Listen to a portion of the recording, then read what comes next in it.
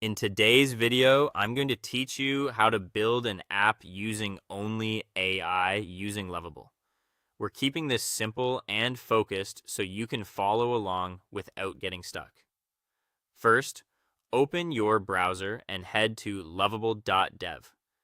This is the AI-powered platform we'll use to generate your app from a single prompt.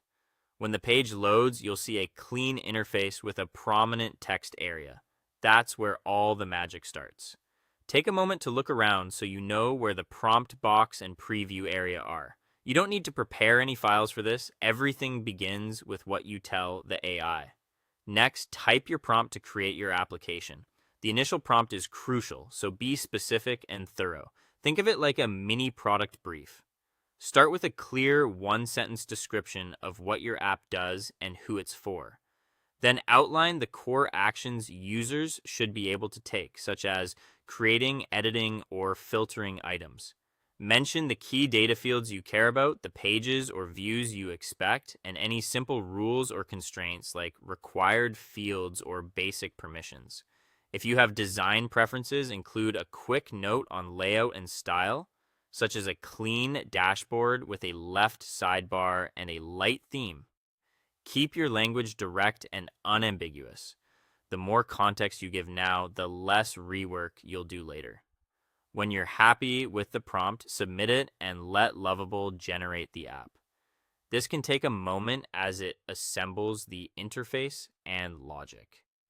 Once the app is generated, it's time to check that everything works as expected. Click through every page and try the primary flows you described in your prompt. Create a few sample entries, edit them, and delete one to verify data updates correctly. Test validation by leaving a required field empty to see if you get a helpful error message. Try unusual inputs like very long text or numbers where text isn't allowed to make sure the app handles edge cases gracefully. Explore navigation to confirm buttons, links, and menus lead to the right places.